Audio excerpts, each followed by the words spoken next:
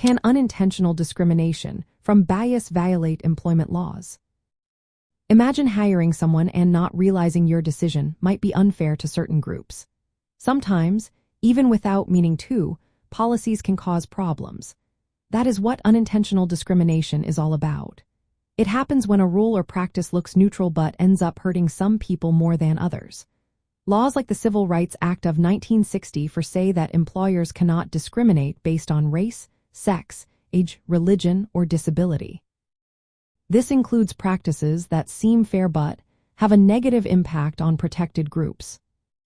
Unintentional discrimination is also called disparate impact discrimination. It is different from intentional discrimination, where someone purposely treats others unfairly.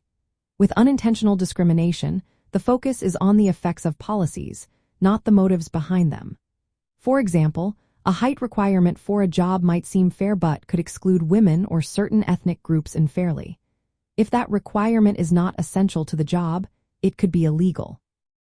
Courts and agencies like the Equal Employment Opportunity Commission look at whether the policy is necessary and if there are less harmful options.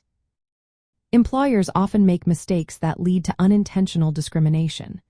They might create policies without checking how they affect different groups. For example, not reviewing hiring or promotion rules for hidden biases. Or they might overlook the need for reasonable accommodations for employees with disabilities or religious practices. Ignoring complaints about unfair policies can also cause problems.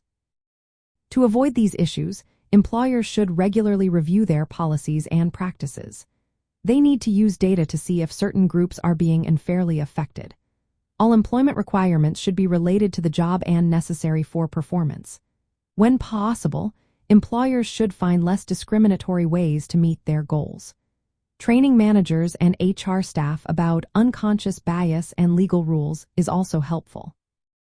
Establishing clear ways for employees to report concerns without fear of retaliation is important too. In practice, employers should keep records explaining why they have certain policies. If a policy is challenged, they need to prove it is essential and that no less harmful alternative exists.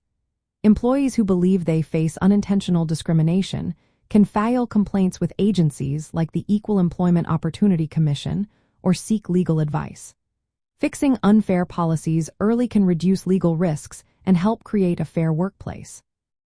So, yes, unintentional discrimination from bias can violate employment laws if it causes unfair treatment of protected groups without a valid reason. Recognizing this common mistake and reviewing policies regularly is key to staying compliant and fair.